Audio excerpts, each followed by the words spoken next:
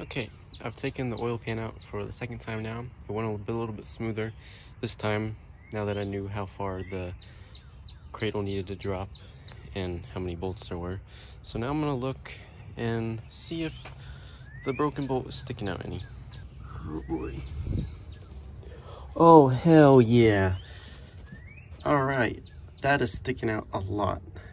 Whew. That's not bad. That's like more than a 1/4 inch sticking out. So see if we can get this thing out. I am extremely fortunate this wasn't worse than what it was. Car gods were really looking out for me. There it is. I am very lucky. Very, very lucky. You can kind of see the evidence of the old RTV where it's going. So it's where the block meets up with the front timing cover, and then in the back with the rear cover.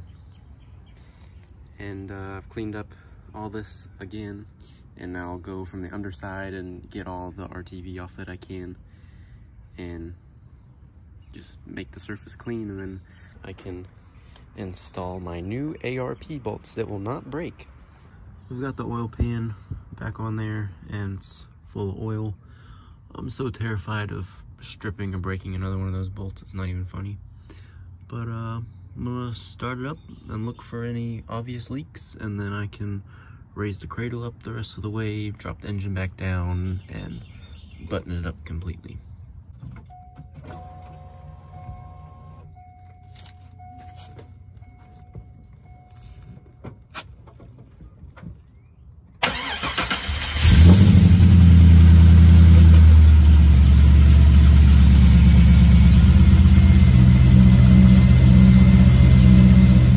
Well, it didn't spray oil immediately, so that's a good thing.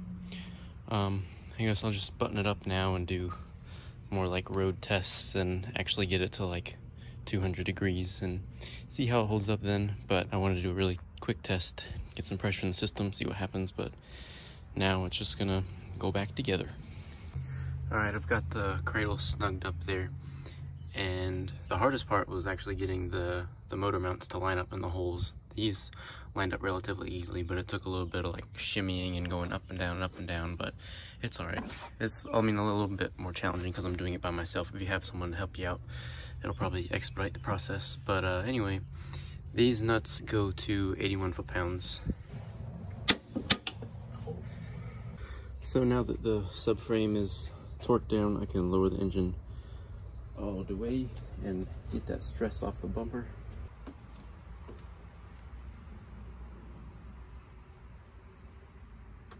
All right, good.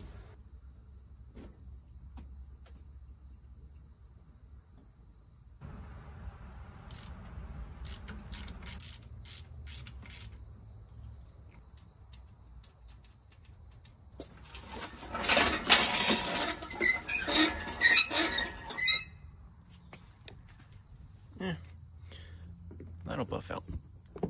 So now the engine mount nuts get 59 foot-pounds. I had to put jacks under the lower control arms to raise the suspension a little bit because the sway bars didn't really want to raise back up. So the bolts for the sway bar bushings get 43 foot-pounds. I don't remember if I got it on video or not, but I did end up taking this bolt all the way out for the steering shaft in order for it to drop down far enough. But the bolt for this coupler gets 25 foot-pounds.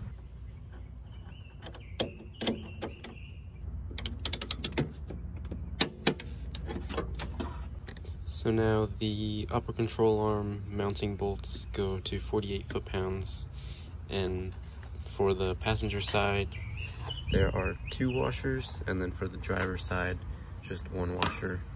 So these were behind the shock, these were in front of the shock.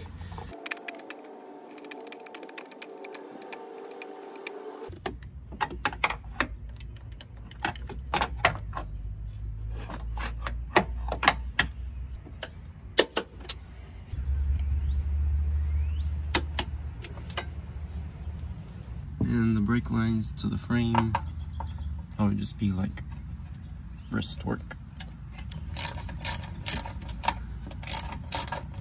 And lastly, it's the outer tie rod.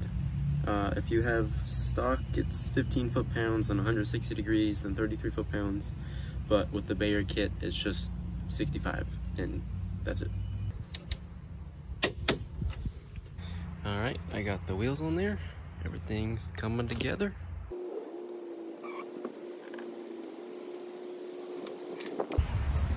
Oh man.